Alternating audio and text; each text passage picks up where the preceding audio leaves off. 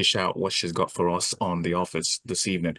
My name is Kola Wole Falodu. That's my name, and I'm glad to be back with you on today's episode of The Office. The Office is proudly brought to you by the Chartered Institute of Personnel Management of Nigeria, CIPM, and Lagos Talks 91.3 FM. Today's topic is on creating a sustainable performance culture in the public sector now and beyond. And our guest has a robust profile. She is a professor and she's got quite a robust experience in economics, human resource management at the University of Lagos, Nigeria. She has a PhD in economics from the University of Lagos. Her academic and administrative roles include coordinator, Faculty of Social Sciences diploma program.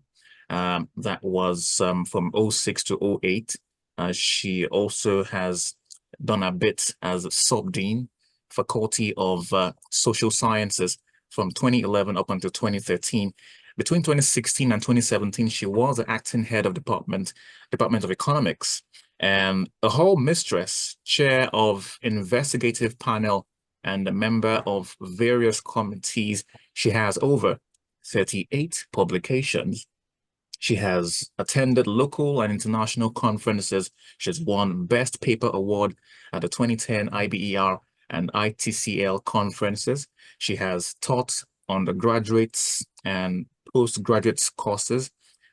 She's supervised research projects and theses.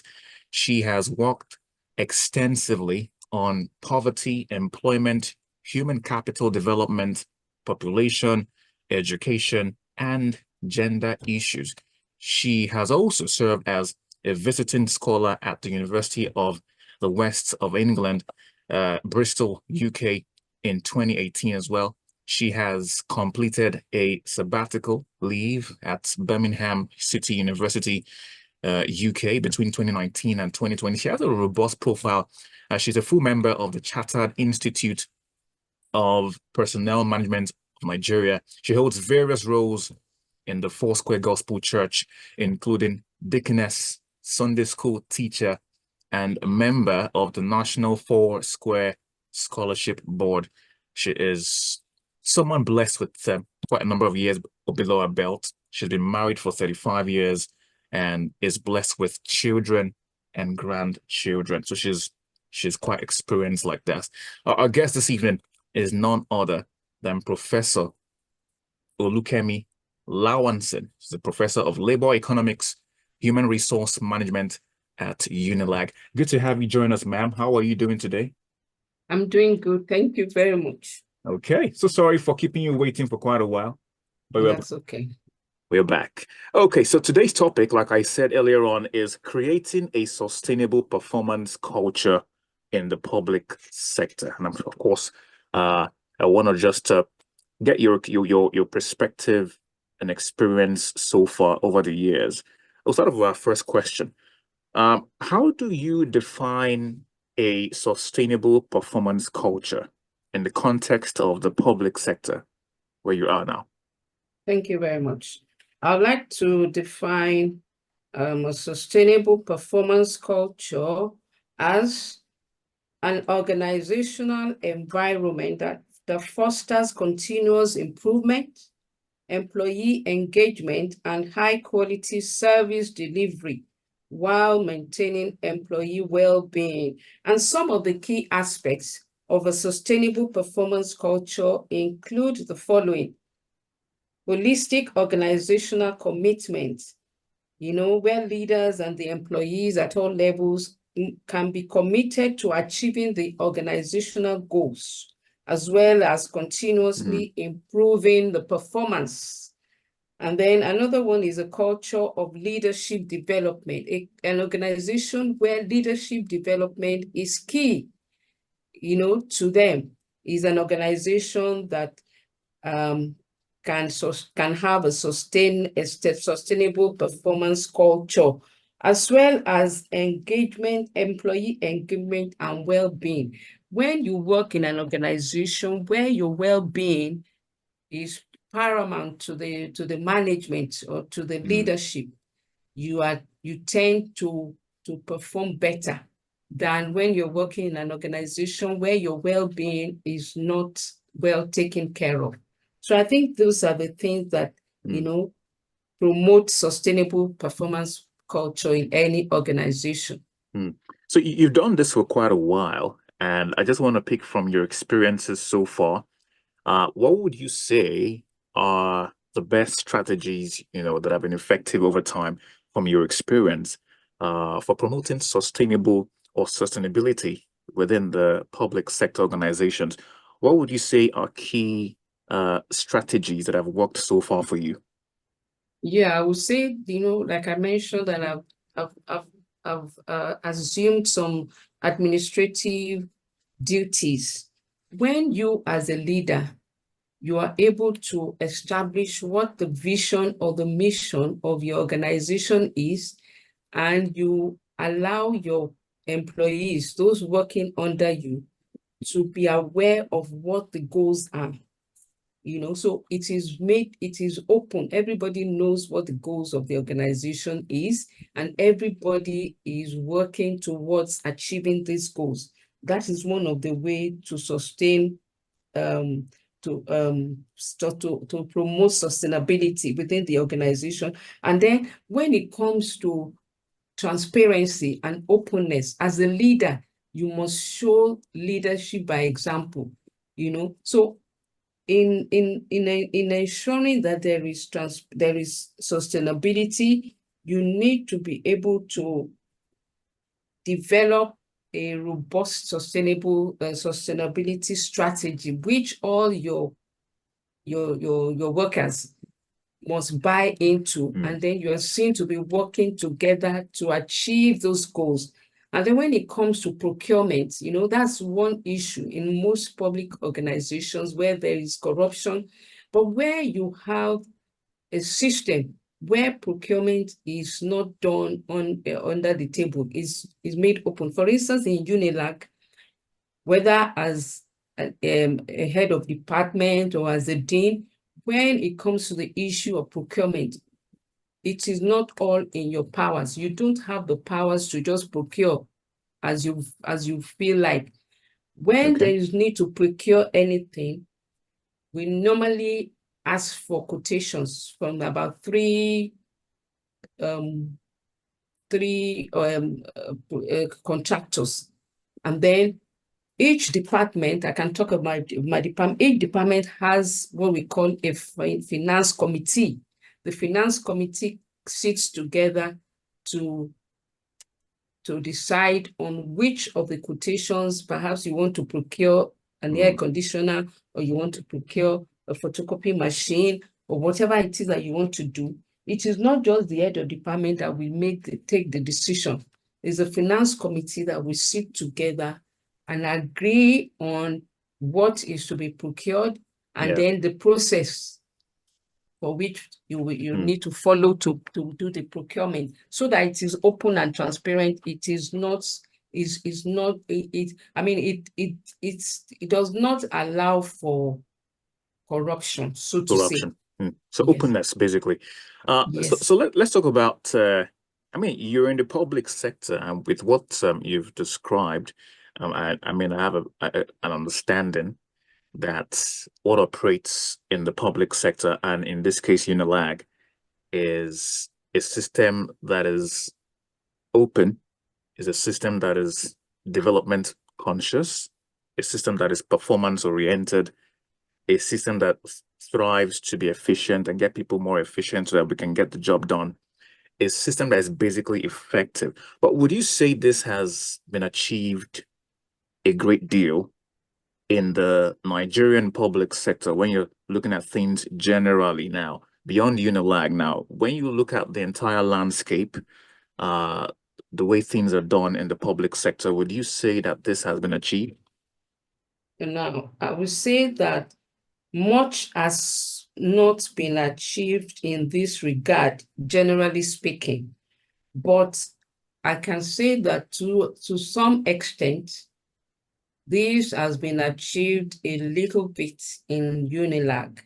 And perhaps if you look at Lagos State as a whole, in UNILAG, for instance, when the current Vice Chancellor came on board in November 2022, she came up with an agenda, a mission, a vision, and an agenda which she termed Future Ready Agenda, making UNILAG future ready and creating a fit for purpose workforce. And I can say that as a member of staff, we can see that she's pursuing this agenda. She gave us an acronym, future, and each of the alphabets represents a theme. F, for instance, is financial re-engineering for multiple streams of income. There's something called alumni repositioning, and we've been doing quite a lot of that. Today in UNILAG, the alumni is involved in a lot of things in UNILAG, even at the departmental level. Even in my department, we are in collaboration with our alumni, and they are doing a lot of things for us. So these are the things that I can say when the leader is forthright and has a goal which everybody has been made to buy in, then you will be able to achieve a lot of things, development and so on and so forth.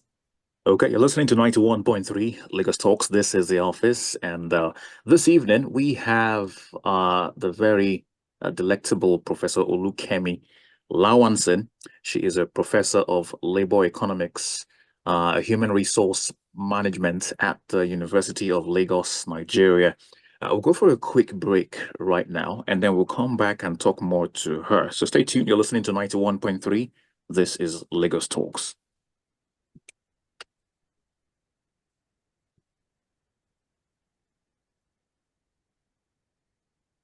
Looking for ways to save your data? It starts with your apps. Deleting unused apps helps, but there's more. Most apps have data saver modes. Activate them to control data usage. You can also go to settings to turn off auto updates. Lastly, close unused apps to save data when you ain't using your apps. These changes can make a big difference. For more information, visit your mobile operator's website or consumer.ncc.gov.ng for more helpful tips. Stay connected and enjoy smarter data usage. This message is brought to you by the Association of Telecom Operators and Nigerian Communications Commission. It's time for Africa's largest HR event of the year. 56th International Conference and Exhibition. Brought to you by the Apex's only recognized body for the regulation of the human resources management in Nigeria. The Chartered Institute of Personnel Management of Nigeria. Join us from October 14th to 17th, 2024.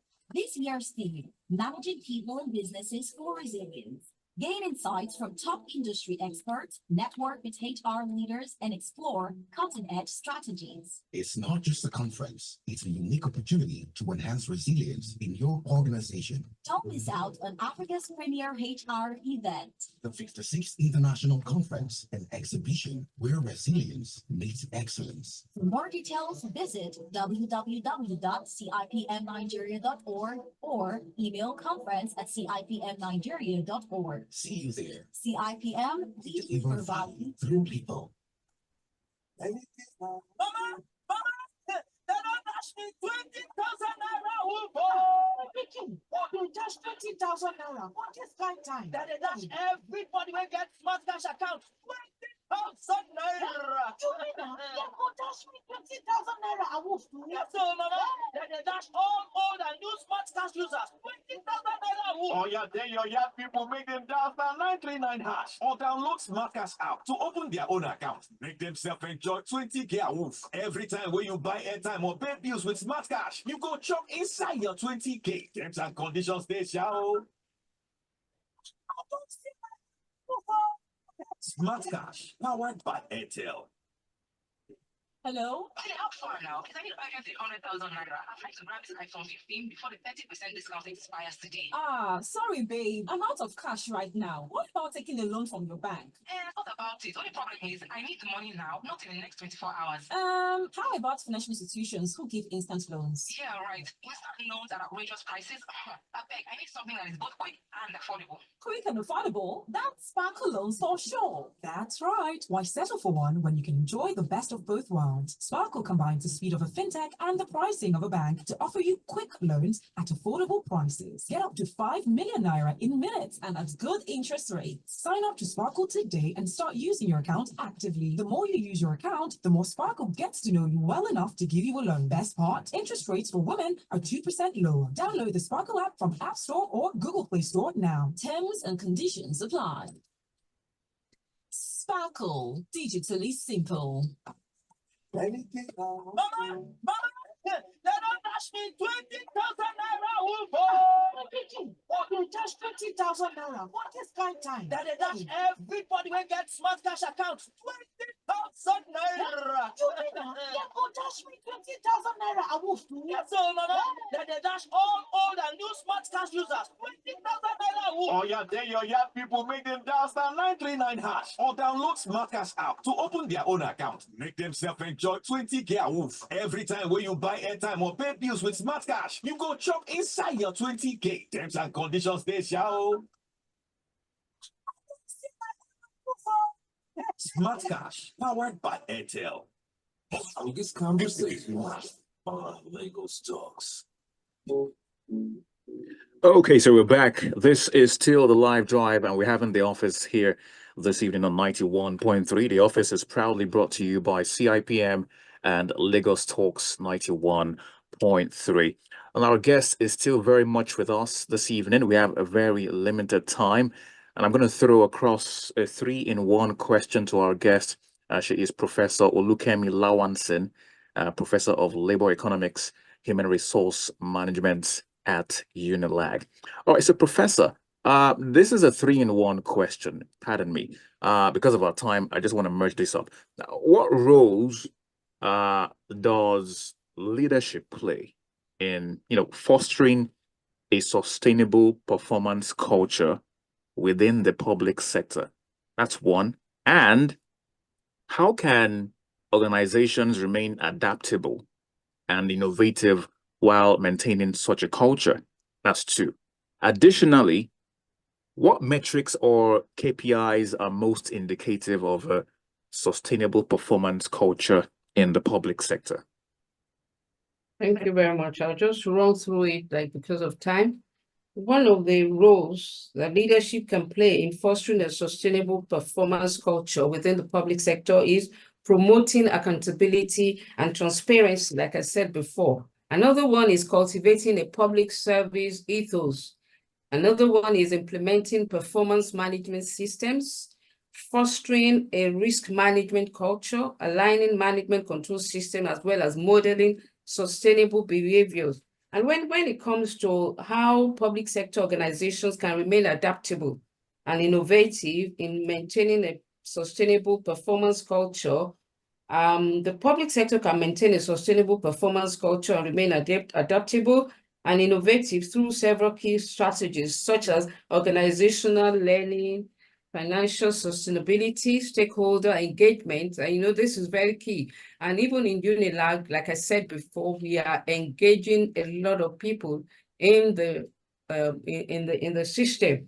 Stakeholder engagement, engaging different people, stakeholders, businesses, and all kinds of people in our community needs. A lot of private sector engagement is ongoing in Unilag at the moment. And then you can also do this through data-driven innovation, open innovation, regulatory support, and so on and so forth. And then you're looking at the KPIs, some of the KPIs that are most indicative of a sustainable performance culture in the public sector include the following: knowledge management, leadership style. Like I said before, the leadership is key in maintaining a sustainable performance culture in the public sector, especially leadership style, organizational culture, sustainable performance.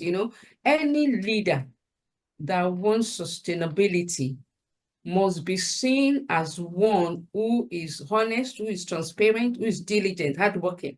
If you have a leader who does not, lead by example, the followers or the followership is not likely to toe the same, the line different from what the leader is doing. So that is very key in any organization where sustainability is expected. The leadership style of the leader is very key. It's important for the leader to show leadership, to show example, and then where the leadership style is such that you want it to foster sustainability, the leader must be seen to be leading, to be the one showing it by example. If you're a leader, for instance, and you come late to work and you expect your followers to come early, it can't work. It must be the same. If you want your followers to come early, you must come early to work as well. So those are the things that can foster sustainability performance in organizations. Okay, just want to also get your thoughts on the private sector. I know you must have done some work within the private sector before getting to where you are now. There's this very common attitude of lords versus peasants approach to management in a lot of private organizations, and it just seems like a lot of entrepreneurs or business owners don't seem to care so much. Perhaps they're under pressure to make profit. They don't really care about these details you've highlighted this evening. What would you say they stand to lose or perhaps benefit from that approach to work? Yeah, let me start by saying that I've actually not worked in the private sector before. I've worked all my life in the public sector, in the university sector.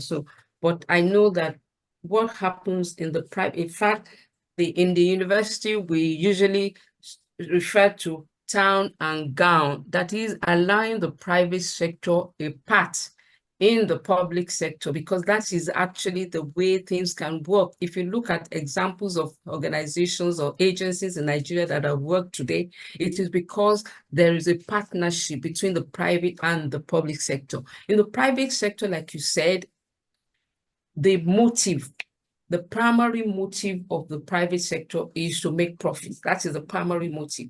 But that does not mean that the interest of the employees should not be taken into consideration. Yes, the primary motive is to make money, is to make profit, but then the well-being of the staff, of the members of staff, should also be taken into consideration, because that's why when somebody is working in the private sector, it gets better paid. That's one thing, that's the difference between the private and the public sector. In the public sector, a lot of public servants complain that we're not well paid.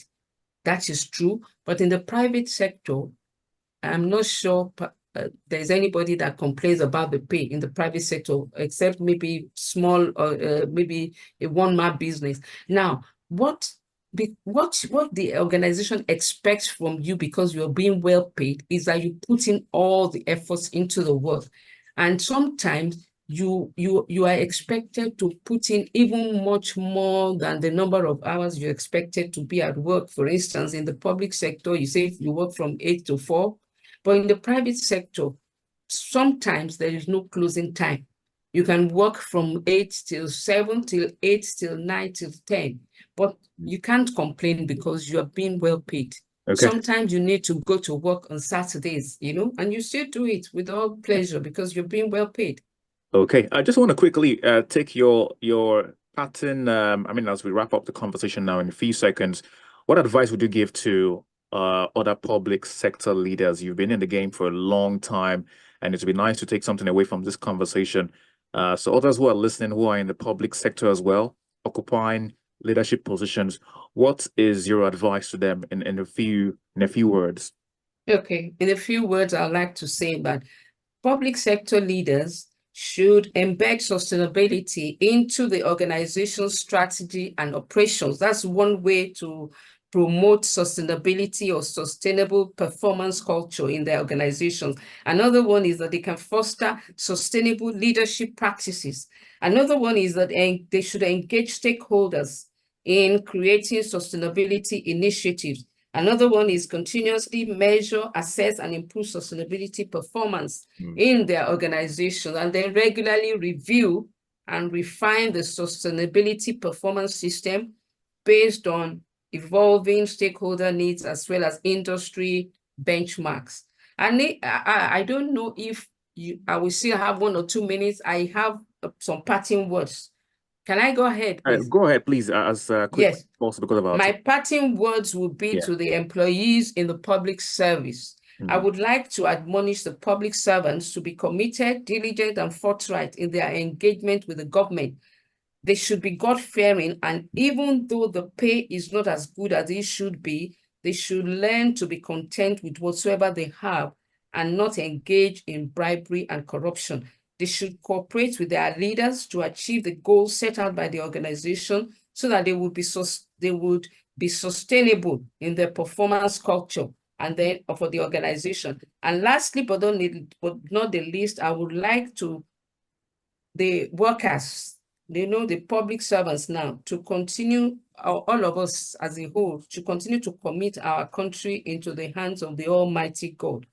For it is Him alone that can make our country great again. I would like to say a very big thank you to CIPM for creating this opportunity for me to be on the office talks today. I want to thank the immediate past CIPM president, Mr. Olusegun Mojeed. He was the one that encouraged me to become a full member of CIPM. And for this, I am most grateful. Thank you very much for having me.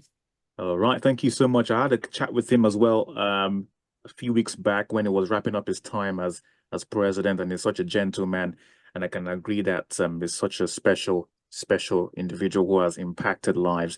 But thank you so much, Professor Kemi Lawanson. We look forward to having you at some other time, and wish you a good evening. Thank you very much. All right, you're listening to 91.3 Lagos Talks. That's it on The Office this evening. The Office is proudly brought to you by the Chartered Institute of Personnel Management of Nigeria, CIPM, and Lagos Talks 91.3 FM. My name is Kola Wole Falodun. Up next is Critical Thinking. Next week, Thursday, is another time to have such interesting conversations on all things human resource management. This is 91.3. You're listening to the Live Drive. And laughs. It's live. All right, Ma, thank you once again. You finally have a voice. This is Lagos Talk.